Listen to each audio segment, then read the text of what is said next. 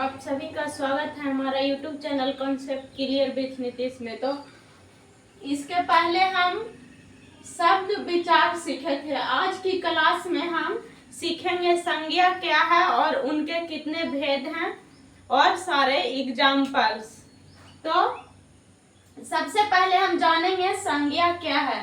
तो किसी व्यक्ति, वस्तु, स्थान, भाव के नाम को संज्ञा कहते हैं। संज्ञा के 5 भेद होता है: जातिवाचक संज्ञा, व्यक्तिवाचक संज्ञा, भाववाचक संज्ञा, समूहवाचक संज्ञा और द्रव्यवाचक संज्ञा। तो सबसे पहले देखेंगे कि व्यक्तिवाचक संज्ञा क्या है। तो व्यक्तिवाचक संज्ञा में किसी खास व्यक्ति का बोध होता है। जैसे राम एक खास व्यक्ति है।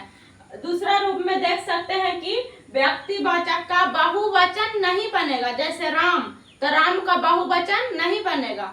जैसे मोहन, किसी खास व्यक्ति का बोध हो रहा है। जैसे किसी खास वस्तु, तो जैसे स्थान पटना, तो पटना का बहुवचन नहीं होगा, किसी खास स्थान का बोध हो रहा है। जैसे देखेंगे बिहार, तो किसी खास स्थान का नाम है। जैसे ही बोलेंगे देश, तो ये जातिवाचक हो जाएगा। देश में कई सारे देश आते हैं, लेकिन जैसा ही बोलेंगे भारत देश, तो ये हमारा खास जगह है, यानी ये व्यक्तिवाचक हो जाएगा। जैसे राम, मोहन, पटना, बिहार, इसका बहुवचन नहीं होगा और ये खास जगह का नाम है, यानी व्यक्तिवाचक। किसी खास व्यक्ति, वस्तु, स्थान का बोध कराता है तो वो व्यक्तिवाचक संज्ञा कहलाता है। इसके बाद है जातिवाचक। तो जातिवाचक संज्ञा जिसका बहुवचन हो जाता है और सभी व्यक्ति, सभी पदार्थ का बोध कराता है तो वो जातिवाचक कहलाता है। जैसे नदी, तो नदी का बहुवचन नदियां, लड़की का बहुवचन लड़कियां, और लड़का, तो लड़का का बहुवचन लड़के, यानी जिसका बहुवचन होगा और सभी जाति, वस्तु, पदार्थ, स्थान, सभी पदार्थ, सभी वस्तु का एक साथ बोध होगा तो वो जातिवाचक होगा। जैसे बुढ़ा, जवान, तो ये हमारा जातिवाचक। जैसे कहेगा बुढ़ापा, जवानियां, मेहरबानियां, तो ये हो जाएगा भाववाचक। क्यों होगा जो समझिए। जैसे बुढ़ा एक व्यक्ति होता है। जवान, ये किसी भी जवान व्यक्ति होता है, यानी ये जातिवाचक। जैसा ही कहेंगे बुढ़ापा, तो किसी भी व्यक्ति, जैसे कोई बच्चा को भी ऐसे करके डंडा लेके चल रहा है तो उसको हम कह सकते हैं कि काजी तुम्हारा बुढ़ापा आ गया है, तो ये भाव उत्पन्न कर रहा है। ठीक है। जैसे हम बोलेंगे ईमानदारी एक गुण बता रहा है तो ये भाववाचक होगा।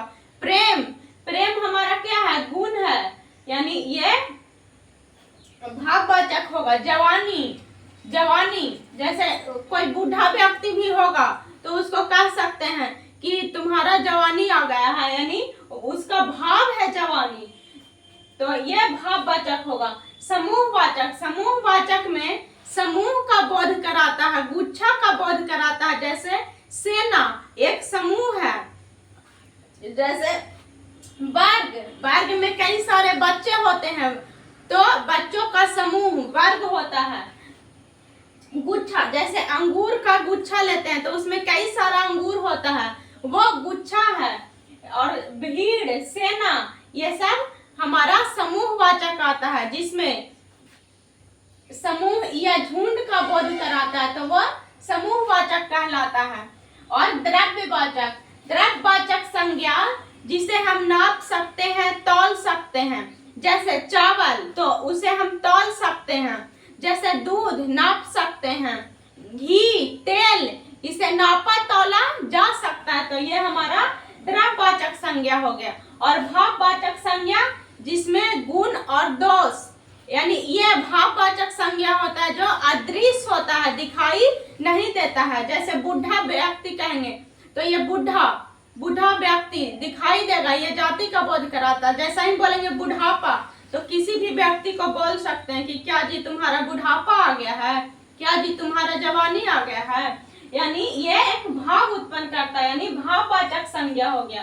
तो सबसे पहले सीखें कि भाव संज्ञा किसे कहते हैं। तो किसी व्यक्ति, वस्तु, पदार्थ, स्थान, भाव के नाम को संज्ञा कहते हैं। जैसे राम किसी खास व्यक्ति का नाम है, बुढ़ापा, प्रेम, कलम आदि ये सब वस्तु पदार्थ का बोध करा रहा है, तो ये संज्ञा हो गया। संज्ञा के 5 भेद सीखे, व्यक्तिवाचक, जातिवाचक, समूहवाचक, द्रव्यवाचक और भाववाचक। व्यक्तिवाचक में सीखे कि किसी खास व्यक्ति का बोध होता है, खास स्थान का बोध होता है, खास पदार्थ का बोध होता है, तो वह व्यक्तिवाचक कहलाता है। व्यक्तिवाचन का बहुवचन नहीं होता है। जैसे राम, राम का बहुवचन नहीं होगा। मोहन, मोहन का बहुवचन नहीं होगा। जैसे क्या कहेंगे, मोहन का मोहने, ये नहीं होगा।